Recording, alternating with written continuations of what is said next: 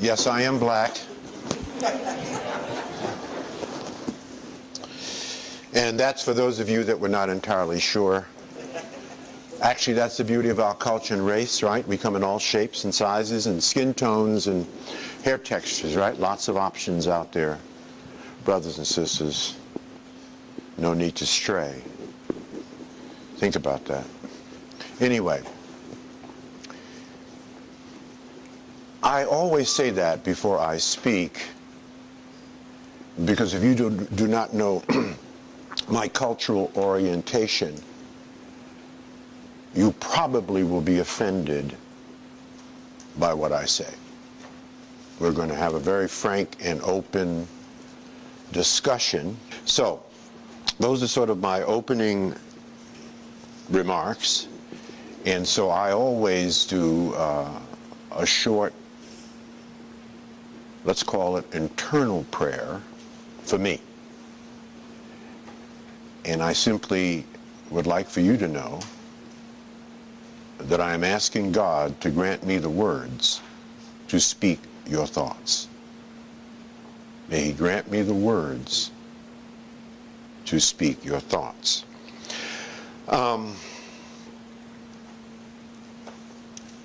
Where do we begin?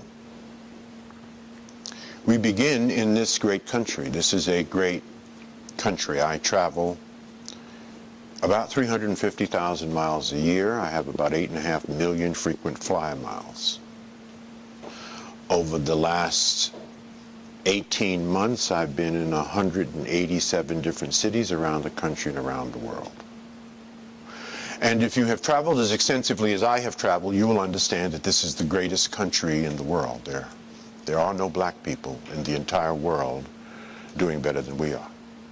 And I've traveled every place that black people have been dispersed. I've been to South Africa, East Africa, Central Africa, West Africa, all over North Africa, and all over South America, and all over the Caribbean. That's where we were dispersed. And there are no black people in the entire world doing better than we are. In fact, they're all trying to get here. So we know that we are the beacon of hope. Africans in America. We are the beacon of hope for every single person of African descent in the entire world. They're all looking at us. And we know, because we are morally grounded and spiritually rooted, two things. That to whom much is given, much is required.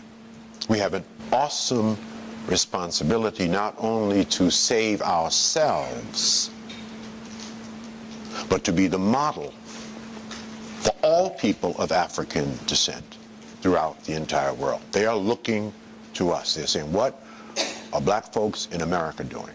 What are they singing? What are they marching about? What are they aspiring to? They are thinking that and saying that, I promise you. Now, in the context of what I'm going to be saying to you this morning, there are three things. One, I cannot say all that I really would like to say within the constraints of the time that I have. So we're going to make this a two-part presentation. I'm going to give you the first sort of macro part right now. If I'm ever invited back by Clifton and Irwin, I'll give you part two. It's just too much to say, too little time to say it. I'm going to try to get it done within about 60 minutes so that I can leave time for Q&A, because it is a provocative proposition that I'm going to be laying on the table for you. And I want to get your feedback, and I want to understand where you're coming from and what you think are the needs of our people in the 21st century. So I promise you that. The second thing I promise you is that I will not be saying anything you haven't heard before, except this morning you're going to hear it differently, understanding that everything happens for a reason and serves us in some special way, and you will never understand that reason looking forward, and you will only understand it looking backwards. The great Swiss psychologist Carl Jung, J-U-N-G, called this phenomenon synchronicity. the seemingly accidental intermeshing of meaningless circumstances. And what he discovered in his life's work is that there are no meaningless circumstances, that everything happens for a reason, right? So you are sitting here for a reason at this moment in time. Everybody in Dallas that looks like us was invited. You selected to take your time and your treasure and to park it here this morning. So whomever is sitting next to you is supposed to be sitting next to you. And if there's an empty seat next to you, it's supposed to be empty.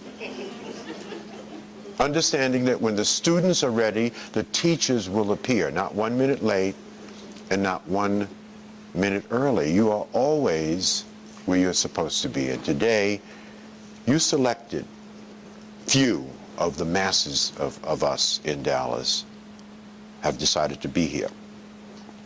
I never give a talk without grounding it in a couple of passages, I call them my pillars, from the Bible. We are spiritual people. We are the most morally grounded and spiritually rooted people in America. We're going to put a pin in that, and I'm going to demonstrate to you why that is profoundly true. And so I want to give you a couple of passages from which I will ground my talk. The first is Proverbs 27:21. The crucible is for silver, but the furnace is for gold. The crucible is for silver, but the furnace is for gold. Number two, passage number 2, Ecclesiastes 10:19. Money answers all things. The mother's milk of all intentions is money. Money is the mother's milk of all intentions. And without money, all you have is a good damn intention. But you will not get anything done in America without money. At the end of the day, when we finish pontificating ad nauseum about our issues, somebody's got to write a check. Our Jewish brothers and sisters can write a check. Our Asian brothers and sisters can write a check. Our East Indian brothers and sisters who control the hotel-motel industry in America in the last 30 years without your permission, or Jesse's permission, or Al Sharpton's permission, can write a check.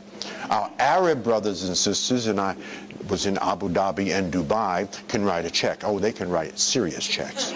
Serious checks. If you've ever been to Abu Dhabi or Dubai, it's stupid money. Stupid, just like stupid money. We can't write a check. And therein lies, at the core, in spite of the fact that we're a $1.1 trillion annual economy, that's what we are. If we were a nation, we would be the 16th richest nation in the entire world. But our money goes in one direction away from us, and we're some of America's most conspicuous consumers. We've taken the art of consumption to a whole new level. We do not produce anything that we buy, and we do not sell anything that we purchase. We are the consumption machines of America.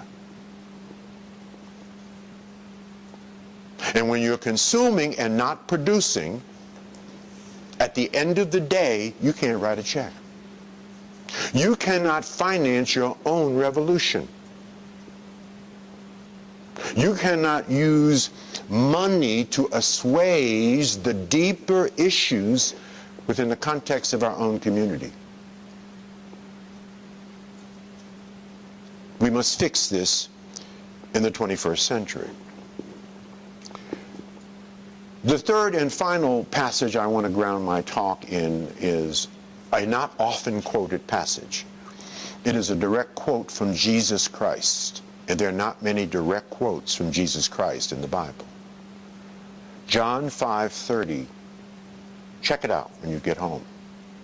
And Jesus said, I of my own self can do nothing. Now this was Jesus. Jesus couldn't get it done on his own by himself in a vacuum. So what's up with you? Why would you think you could do anything significant, anything worth talking about, anything that is sustainable on your own by yourself in a vacuum? The fact of the matter is, brothers and sisters, you cannot. This passage says to me that we were born to network, that we were born to work with and through each other, that we were born to collaborate. But we have not learned this lesson. Because God has given us everything we need to succeed. We have everything we need to succeed in this great country except each other. Jews have each other. Asians have each other. East Indians have each other. Arabs have each other. We don't have each other. So God asked me to say to you on my trip here yesterday, while I was 35,000 feet in the air, he said, George, I want you to tell my black friends in Dallas at the library tomorrow morning that I ain't giving them anything else. God will not be giving black people anything else. What will we do with it? Until we demonstrate to God that we can be better stewards of that which we already have. And when we can demonstrate to God that we can be better stewards of that which we already have, we will also demonstrate to ourselves, and most importantly, demonstrate to the world that we are a force to be reckoned with. So with all this money and all these resources, we are not a force. We have, you heard me say it, we have every single thing we need except each other. $1.1 trillion annual economy, 16th richest nation in the entire world.